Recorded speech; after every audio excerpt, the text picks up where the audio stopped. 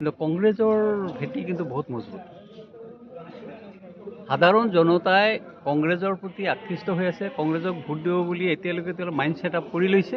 গতিকে এই ক্ষেত্ৰত মই এইটো মানি নলওঁ।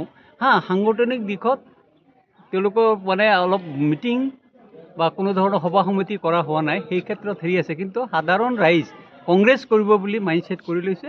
এইবাৰ কিন্তু কংগ্ৰেছ বিজয় হোৱাটো নিশ্চিত। ৰাইজৰ মাজত এটা মানে আহুৱা যে চেঙা সমষ্টিত এইবাৰ প্ৰায় 10ৰ অধিক প্ৰাৰ্থিত্ব প্ৰত্যাশী, কিন্তু প্ৰত্যেককে চিনি নাপায়, তাক মানে আগবঢ়াই দিব কংগ্ৰেছে। এই বস্তুটো বেছি খেলি মেলি হৈ আছে, যাৰ কাৰণে ৰাইজে সহযোগ কৰিব পৰা নাই। কাক সহযোগ কৰিব? এইটো কথাটো হ'ল কি, চবৰেতো এটা নেতা হোৱাৰ আশা থাকে, চবৰেতো এটা প্ৰতিনিধি হোৱাৰ কাৰণে তেওঁলোকে চিন্তা ভাৱনা লৈয়ে মানে হেৰি হৈ আছে, আগুৱাই আহিছে। গতিকে আমাৰ কংগ্ৰেছ দলটো হ'ল এটা সাগৰ। এই সাগৰত যোনে পাৰ হ'ব পাৰিব, এই সাগৰখন পাৰ হোৱাটো ইমান ইজি নহয়। গতিকে ইমান ডাঙৰ দল এটাত চবেই কংগ্ৰেছ কৰিম বুলি আহিছে, চবেই টিকেট বিচাৰিছে। কিছুমান আছে যে তেওঁলোকে এতিয়া কংগ্ৰেছ মানে ইলেকশ্যন আহিছে কাৰণে তেওঁলোকে আহিছে, যেনেকৈ ছিজন ফ্লাৱাৰ। ছিজনত তেওঁলোকে ফ্লাৱাৰটো কেতিয়া, এতিয়া যিটো ফুল ফুলিব, আপুনি গৰম দিনত সেইটো নুফুলে। গতিকে এই টিকেট নাপালে তেওঁলোকে গুচি যাব, তেওঁলোকে যাৰ যাৰ কৰ্মত ব্যস্ত হ'ব। কিন্তু তেওঁলোকে কংগ্ৰেছী, অন্য দলতো নাযায়, কংগ্ৰেছে থাকিব। কিন্তু তেওঁলোকে ছিজন ফ্লাৱাৰ বুলি আখ্যা দিব পাৰি। তেওঁলোকে মানে যেতিয়া ইলেকশ্যন আহে তেতিয়াহে তেওঁলোকে আগুৱাই আহে। গতিকে আপোনালোকে চিন্তা নকৰিব, এইবাৰ কিন্তু আমাৰ কংগ্ৰেছ দলে সবাতকৈ চেঙা সমষ্টিত কংগ্ৰেছৰ প্ৰাৰ্থীয়ে বিপুল ভোটত জয় কৰিব, অসমৰ ভিতৰত ৰেকৰ্ড কৰিব। আজি আপোনালোকে কৈছে যে চেঙাৰ বিধায়ক আশাফুল চাইনক ছাগলী, ভেড়া, কুকুৰা এইবিলাক বিক্ৰী কৰি বা কণী বিক্ৰী কৰি মানুহে পইচা দিছিল আৰু সেই পইচাৰে ইলেকশ্যন খেলাইছে। আচলতে কথাটো কেনেকুৱা ধৰণৰ? নাই, এইটো সঁচা কথা।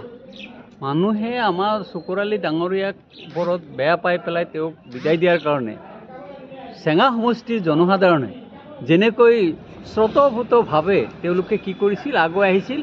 মানে যোনে যি পাৰে, যি বিক্ৰী কৰি হ'লেও, কাৰণ আশৰাফুলৰ তেতিয়া আৰ্থিক অৱস্থা ইমান সচ্ছল নাছিল, যাৰ কাৰণে মানুহে তেওঁলোকক সহায় কৰি তেওঁক ইলেকশ্যনে জিতাৰ কাৰণে পদক্ষেপ হাতত লৈছিল, আৰু সেইকাৰণে তেওঁ বিজয় হৈছিল।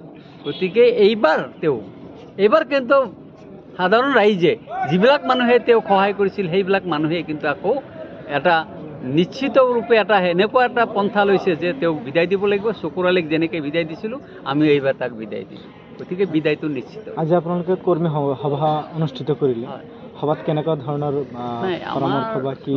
আমাৰ দলীয়ভাৱে যিবিলাক কেনেকৈ কাৰ্যপন্থা আমি হাতত লৈ পেলাই আমি ৰাইজৰ মাজত আগুৱাই যাব পাৰোঁ, সেই পন্থা আমি কিছু লৈছোঁ।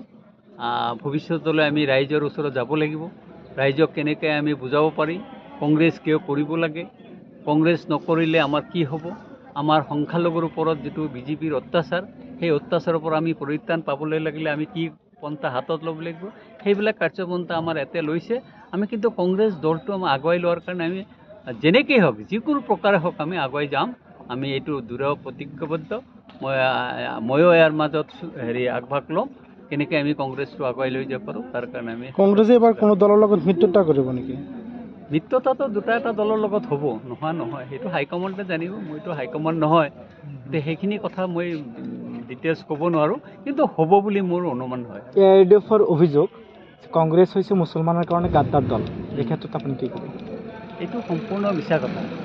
কংগ্ৰেছ খালি মুছলমানৰ কাৰণে নহয়। আজি কংগ্ৰেছে ভাৰত স্বাধীন কৰিব পাৰিছে খালি মুছলমানৰ কাৰণে নেকি? আজি কিমান মুছলমান শ্বহীদ হৈছে দেশ স্বাধীন কৰাৰ কাৰণে। আজি বিজেপিক তেওঁলোকে ভাল পায়, বিজেপিৰ লগত তেওঁ আছে, CM-ৰ লগত AIDFৰ সভাপতি আছে বুলি তেওঁ নিজে ডিক্লাৰেশ্যন দি আছে, তেওঁ ঘোষণা কৰিছে আমি হেমন্ত বিশ্ব শৰ্মাৰ লগত আছোঁ।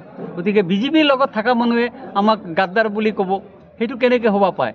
তেওঁতো বিজেপিৰ লগত যোৱা মানে তেওঁহে গাদ্দাৰ, যিয়ে নেকি মুছলমানৰ ওপৰত ইমান অত্যাচাৰ কৰিছে, বুলডোজাৰ চলাই আছে, কিমান এভেকশ্যন কৰি আছে, কিমান মানুহক হাৰাশাস্তি কৰিছে। সেইটো প্ৰতিবাদ নকৰাকৈ তেওঁ হেমন্ত বিশ্বৰ লগত আছে বুলি তেওঁ কৰে, ঘোষণা কৰে, প্ৰেছ মিট দিয়ে। গতিকে সেইজন ব্যক্তিক আপুনি কেনেকৈ আমাক গাদ্দাৰ বুলি ক'ব? তেওঁ নিজেই গাদ্দাৰ, আৰু তেওঁ আৰু কেনেকৈ আমাক গাদ্দাৰ বুলি কয়?